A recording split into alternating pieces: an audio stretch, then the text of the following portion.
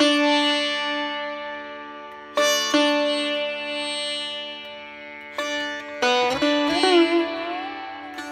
Everyone, good morning. কেমন আছেন সবাই? আশা করি সবাই খুব ভালো আছেন, আর আমরাও ভালো আছি। আমরা আরও একটা নতুন ভ্লগে আপনাদের সবাইকে স্বাগত জানাই। অন্য দিনের তুলনায় আজকে একটু লেটে ঘুম থেকে উঠেছি সকালবেলায়। অতটা কাজের চাপ নেই, আজকে সোনার পড়াও ছিল না, তো তাই জন্য সোনাও ঘুমোচ্ছে, মারাও ঘুমোচ্ছিল, আর আমিও ঘুমিয়েছিলাম। আজকে বাবা বলে গেছিলো একটু লেট করে ওঠো, কারণ বাবা দেখতেই পাচ্ছে যে আমার শরীরটা ভীষণ খারাপ। তো আমার সংসারের দায় দায়িত্ব যেহেতু আমার ওপরে, তা আমাকে তো সমস্ত কাজগুলো করতেই হচ্ছে, চাইলেও কিন্তু আমি রেস্ট নিতে পারছি না। তো সেই দিকে বিবেচনা করেই আর কি বাবা বলে গেছে যে আজকে তোমার আর সকালে উঠতে হবে না, আমি কাজ করে দেবো, তুমি একটু লেট করে ওঠো। তো যাই হোক, ওই জন্যে একটু দেরি করেই উঠেছি। তবে দেরি করে উঠলে আবার সমস্যাটা কি হয় জানেন, পরে কিন্তু কাজের চাপ অনেকটাই বেড়ে যায়। তাই ভাবলাম সকালবেলায় সোনার বাবা বলল আজকে আবার ওর গাড়িতে যাওয়ার রয়েছে, রান্নাটাও সকাল সকাল করতে হবে, আর ওদিকে আবার ভাইও সকাল সকাল মুড়ি খেয়ে চলে গেছে কাজে। তো তাই জন্যে ভাবলাম আজকে আর ওর বাবাই আর কি বললো যে আজকে আর জলখাবার করতে হবে না, সবাই এই চা মুড়িটা যেতে একটু দেরি হয়ে গেছে, সকলে এই চা মুড়িটাই আজকে জলখাবার হিসেবে খেয়ে নেবে। আর আজকে বাজারে যেতেও হবে, বাজার করার রয়েছে। আর ভাবছি আজকে একটু চিকেন আনবো, কারণ মেয়েটা আসলে মাছ হলে তো খেতে চায় না, চিকেনটা হলে একটু খেতে চাই। দেখবেন বাড়ির বাচ্চারা যতই মাছ ডিম যাই হোক না কেন, চিকেন হলে ওরা যেন একটু ভাতটা বেশ তৃপ্তি করে খায়, আর ওদের এই তৃপ্তি করে খাওয়া দেখলে নিজেদেরও ভীষণ ভালো লাগে, তাই না বলুন? তো ওই জন্যে ভাবছি একটু চিকেনই আনবো। তো সোনার বাবা বললো আজকে তুমি বাজারে যাও, আর আমার আজকে বাস স্ট্যান্ডে কিছু কাজ রয়েছে, তো তাই জন্যে সকাল সকাল বাজারে যাব। ভাবলাম বাজারে যাওয়ার আগে বিছানা কাঁথাগুলো একটু গুছিয়ে নিই। মামা শ্বশুরের মেয়ে আসায় ওর আর শোয়ার জায়গা ওর নিচটাতেই শুচ্ছে, মানে এই ঘরের নিচটা ও শুচ্ছে, আর ওপরটাই আমরা শুচ্ছি, আর পাশের রুমটাই আমার মেয়ে আর মা রয়েছে। তো আজ থেকে আবার সোনার বাবা গাড়িতে যাবে, তো তারপরে আবার এই ঘরে সবাই থাকলে পাশের রুমটা সোনাকে পড়ার জন্যে ফাঁকা করে দিতে হবে, কারণ ও পড়ার জন্যে সবসময় একটা রুম লাগে। তো এই জন্যে একটু বিছানা কাঁথাগুলোও বেশি, তাই ভাবলাম বিছানা কাঁথাগুলো উপরে না রেখে বক্সেই রাখি। আর কি বলুন তো, আমাদের যে মেন মাস্টার বেডরুম, মানে এই ঘরটা, সবাই সবসময় এসেই কিন্তু এই ঘরটায় আগে বসে গল্প করে, আমরাও এই ঘরটায় বেশি আড্ডা মারি। তারপরে এই ঘরেই টিভিটা রয়েছে, যেহেতু সবাই টিভি দেখার টাইম হলো এই ঘরেই দেখে। তো ওই জন্য কী বলুন তো, খাটের ওপরে বেশি বিছানা কাঁথা থাকলে না আমার না বড্ড বিরক্তি লাগে। তো ওই জন্যেই বক্সের সামনের অংশটা আমি একটু ফাঁকাই রেখেছি, তো ওইখানেই বিছানা কাঁথাগুলো রাখার জন্যে।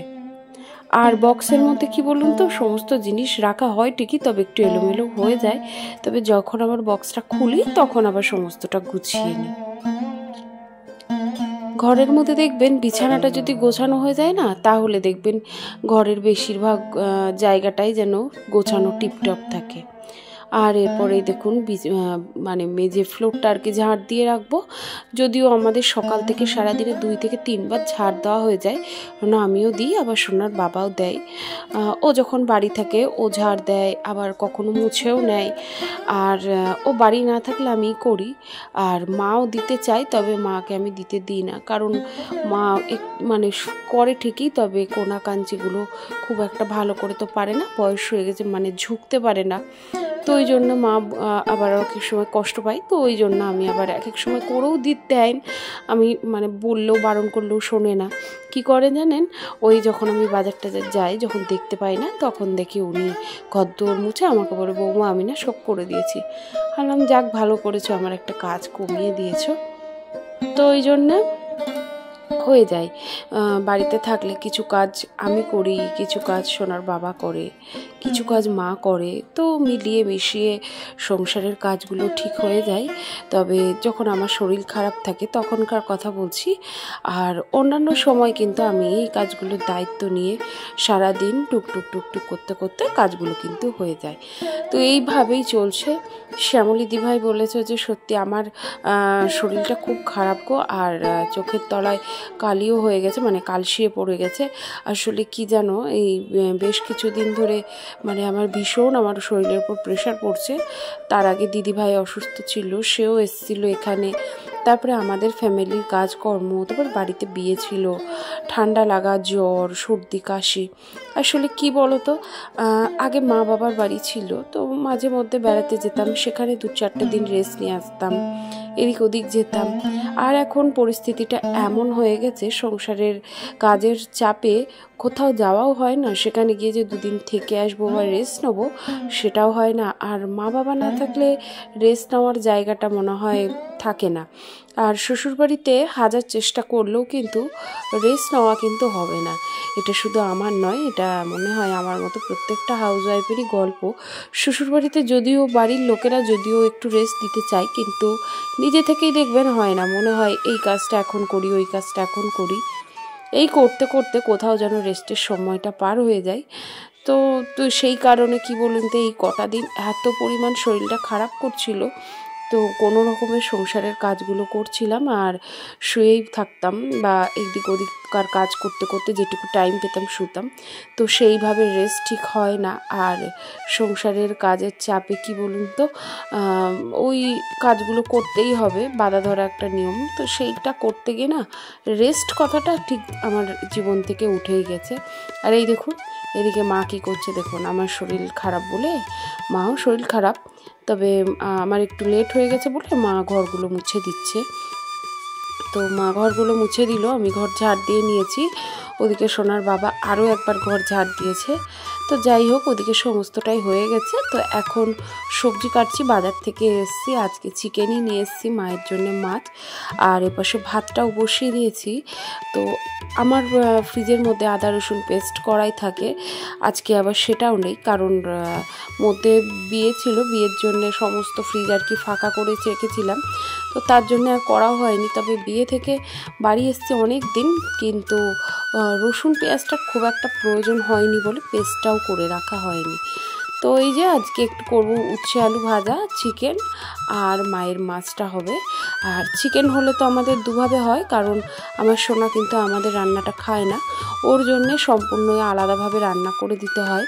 তাই চিকেনটাকে ওর ম্যারিনেশন করে রেখেছি, এই যে সমস্ত কিছু দেওয়াই রয়েছে, আদা রসুন পেঁয়াজ, একটু টক দই, কাসুরি মেথি, হলুদটা দিইনি, লবণ, সামান্য একটু চিনি, সব কিছু দিয়ে মাংসটাকে ম্যারিনেট করে রাখা হয়েছে। এতে খুব সামান্য একটু তেল লাগবে, সাদা তেল দিয়ে এটা কড়াইয়ে কষিয়ে নিলেই কিন্তু রান্নাটা হয়ে যাবে।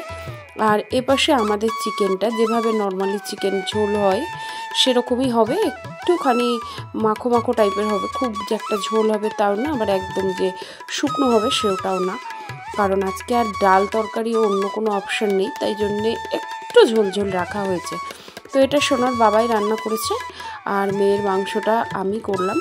তো এইভাবে আজকে রান্নাবান্না প্রায় কমপ্লিট। আর এই মেথি চিকেনটা খেতে কিন্তু দুর্দান্ত হয়, বিশেষত রুটি দিয়ে, লুচি দিয়ে খুব ভালো লাগে। তবে আমার সোনা মাংস হলেই কিন্তু রুটি দিয়ে খায়। আর এই দেখুন ভাত রয়েছে আর উচ্ছে আলু ভাজা, এটা হচ্ছে মায়ের মাছের ঝোল দুবেলার। আর এটা হচ্ছে গতকালকে বেগুন ভেজেছিলাম, 2 পিস রয়েছে, নিচে একটু চাটনি রয়েছে। আর এই হলো আমাদের মাংস, এটা আমাদের। আর ওই পাশের যে বাটিতে দেখছেন এটা আমার সোনার দুবেলার। তো এই হলো রান্না। আর এখানে আমার হাজব্যান্ডের মাংস বাটিতে তুলে রেখেছে, আর এগুলো আমাদের দুপুরবেলাকার। আর খাওয়া দাওয়া শেষ করে আমার সোনা একটু পাড়ায় বেরিয়েছিল, মানে সরস্বতী পুজো হচ্ছে পাড়ায় যেখানে, তো সেখানে আজকে ঠাকুর নিয়ে যাওয়া হবে। আসলে কি বলুন তো, আমাদের সময়েই সরস্বতী ঠাকুর বিসর্জন বলুন, সরস্বতী ঠাকুরের ঘুরতে যাওয়া বলুন, এগুলো খুব একটা হতো না।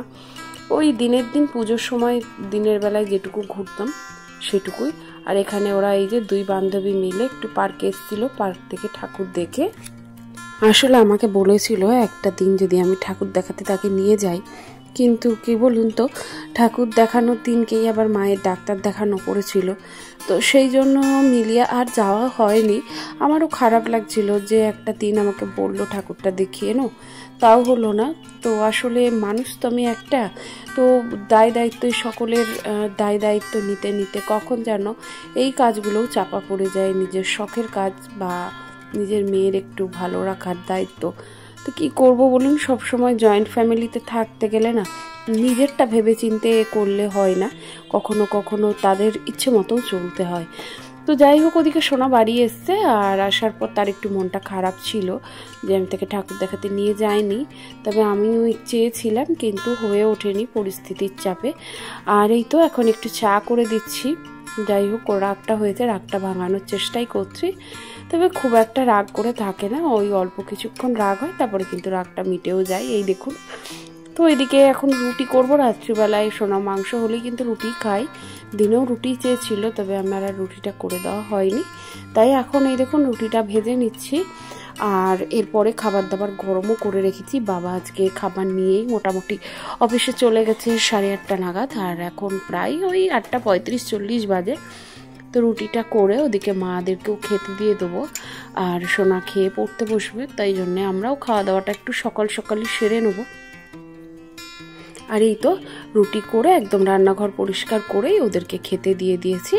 এবার মা, তারপরে আমার মামা শ্বশুরের মেয়েরা খাইতে থাকুক, আর আমি ওদিকে রান্নাঘরের আরও কয়েকটা কাজ বাকি আছে সেটা সেরে তারপরে এই দেখুন খাওয়া দাওয়া কমপ্লিট করে একটু স্কিন কেয়ার করছি, কারণ স্কিনটা বড্ড ডাল হয়ে গেছে, ট্যান পড়ছে। তাই জন্যে আজকে একটা প্রোডাক্ট কিনে এনেছি। আর বিকেলে আমার একটা মানে কি বলবো, একটা কাজও ছিল, মানে আমি ওই যে পার্লারের কাজ করি, তো সেখানকারই একজন কাস্টমার বাড়িতে এসেছিল ফেসিয়াল, তারপরে আইব্রো এগুলো করার জন্যে।